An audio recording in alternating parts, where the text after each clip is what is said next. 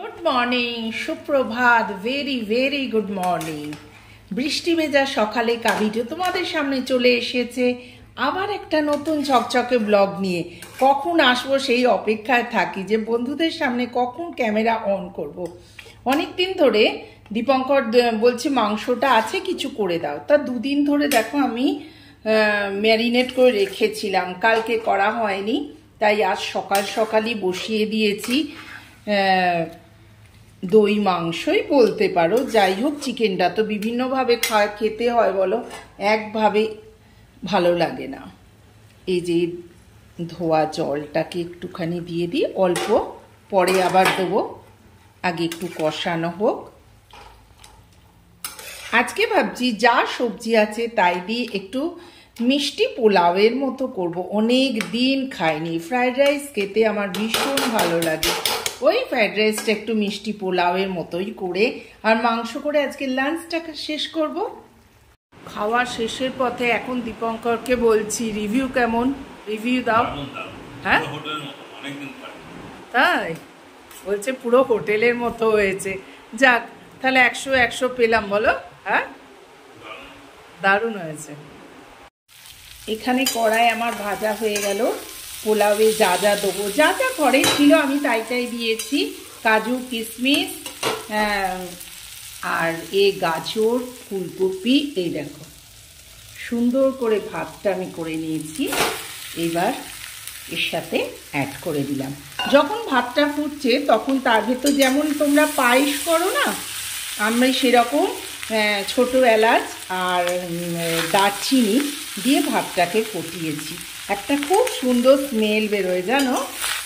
এ দেখো কি সুন্দর আমার ঘরোয়া পদ্ধতিতে পোলাও রেডি। নুন মিষ্টি তো দিয়েছি, আর দিয়েছি গরম মশলা গুঁড়ো, লাস্টে আবার ঘি দেবো। আমি ঘি তেল মিশিয়েই করি একসাথে। এদিকে দেখো তোমরা আমার মাংসটাও রেডি হয়ে গেছে বন্ধুরা।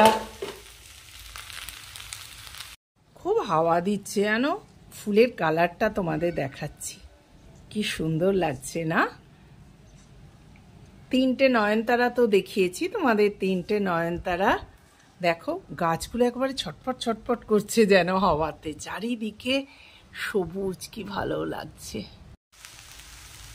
এটা তো আমার ডেইলি ব্লগ বন্ধুরা, তাই জন্য ঘরে যা থাকে যেভাবে আমি বানাই, দেখো কিরম ঝুরঝুরে হয়েছে, সেইভাবে আমি তোমাদের সামনে তুলে ধরি, কোনো এক্সট্রা বাড়িয়ে নয়। আজকে যা যা উপকরণ ছিল তাই দিয়েই বানিয়ে ফেললাম।